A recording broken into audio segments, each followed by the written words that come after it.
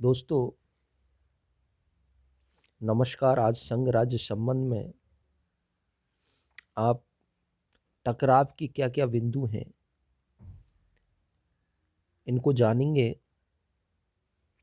अब तक आपने संघ और राज्य के मध्य विधायी, प्रशासनिक, वित्तीय आदि संबंधों का पूर्व के लेक्चरों में समझा है।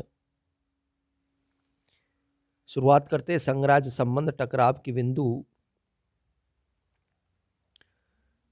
भारत में 26 जनवरी 1950 को संविधान लागू हुआ, जिसकी अनुसूची 7 एवं भाग 11, 12 व 13 में संघ राज्य के संबंधों का विस्तृत वर्णन किया गया है। लेकिन दलगत राजनीति एवं स्वार्थपूर्ण नेतृत्व के द्वारा शक्ति के विकेंद्रीकरण के स्थान पर राजनीति में सत्ता के केंद्रीकरण को बढ़ावा दिया है, जिसने केंद्र और राज्यों के मध्य टकराव को जन्म दिया। 1967 तक केंद्र राज्यों में समान सरकार अर्थात केवल कांग्रेस की सरकार होने के कारण सैद्धांतिक मतभेद होने के बावजूद तनाव के बिंदु मुखर नहीं थे। पिछले 3-4 दशकों में केंद्र राज्य संबंधों में संघर्ष की स्थिति देखी जा रही है, जिसके संभव कारण इस प्रकार हैं। नंबर 1, राज्यपाल का पद। राज्यों में राज्यपाल केंद्र का प्रतिनिधि होता है, जो राज्य को प्रशासन चलाने में अपने अनुभव से सहयोग करता है। लेकिन ये देखा गया है कि राज्यपाल की नियुक्ति केंद्र सरकार मनमानी पूर्ण तरीके से करती है, जो केंद्र सरकार का एजेंट बनकर राज्यों पर अनुचित दबाव डालते हैं, जिसके परिणाम स्वरूप राज्यों के द्वारा राज्यपाल पद का विरोध किया जाता है, जो संघ राज्य के मध्य संघर्ष को बढ़ावा देता है। अनुच्छेद 356 का दुरुपयोग, ये दूसरा बड़ा टकराव का बिंदु है। राज्यों का ये आरोप है कि केंद्र सरकार हमेशा आर्टिकल 356 का मनमानी एवं असंवैधानिक तरीके से प्रयोग करता है। इसी के परिणाम स्वरूप अब तक 100 से अधिक बार केंद्र सरकार के निहित स्वार्थ के कारण राज्यों में राष्ट्रपति शासन लगाया जा चुका है। अकेले राजस्थान की बात करें तो अब तक 4 बार 1967, 1977, 1980 और 1992 राष्ट्रपति शासन लागू किया जा चुका है। 1977 में एक साथ जनता पार्टी ने 9 विपक्षी दलों की सरकारों को राष्ट्रपति शासन द्वारा ध्वस्त कर दिया। इसी के प्रतिशोध स्वरूप 1980 में जब इंदिरा गांधी के नेतृत्व में कांग्रेसी सरकार बनी, तो उसने भी 9 राज्यों में एक साथ राष्ट्रपति शासन लागू किया।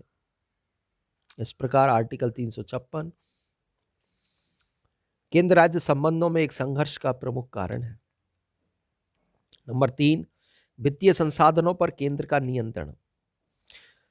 संविधान संघीय व्यवस्था के सुचारू संचालन हेतु संघ को ज्यादा वित्तीय शक्तियां प्रदान करता है, लेकिन योजना आयोग जैसे संस्थानों के माध्यम से 2015 तक राज्यों को केंद्र सरकार ने अपने दल और सरकारों के हिसाब से वित्तीय अनुदान प्रदान किया है। राज्य के द्वारा अपनी परियोजनाओं को संचालित करने के लिए केंद्र पर निर्भर रहना पड़ता है।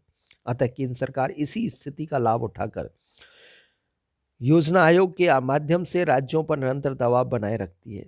इसे राज्यों के द्वारा अपनी स्वायत्तता का हनन माना जाता है। नंबर 4, राज्यों में अर्धसैनिक बलों का प्रयोग। राज्यों में सामान्यतः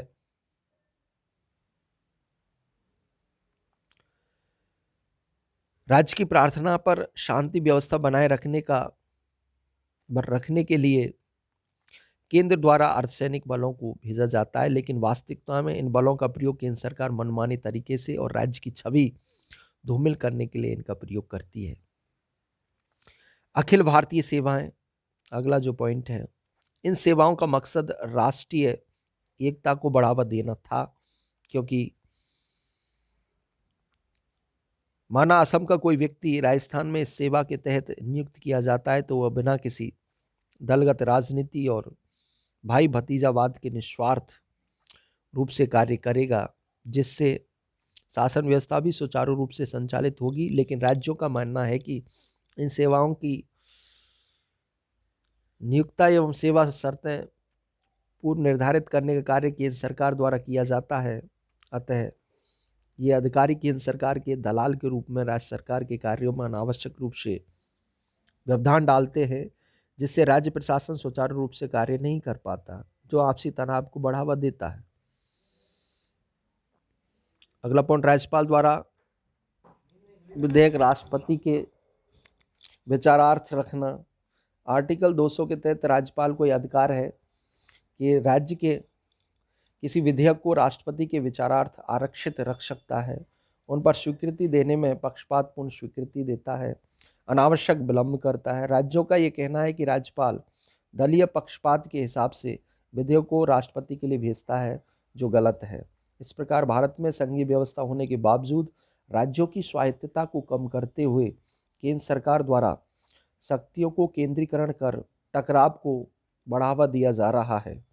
क्षेत्रीय दलों के उभार ने संघ राज्यों के मध्य टकराव को और बढ़ावा दिया है। वर्तमान में सफल प्रशासन संचालन हेतु शक्तियों के केंद्रीय झुकाव के साथ साथ राज्यों की स्वायत्तता बनाए रखने की परम आवश्यकता है। Thank you.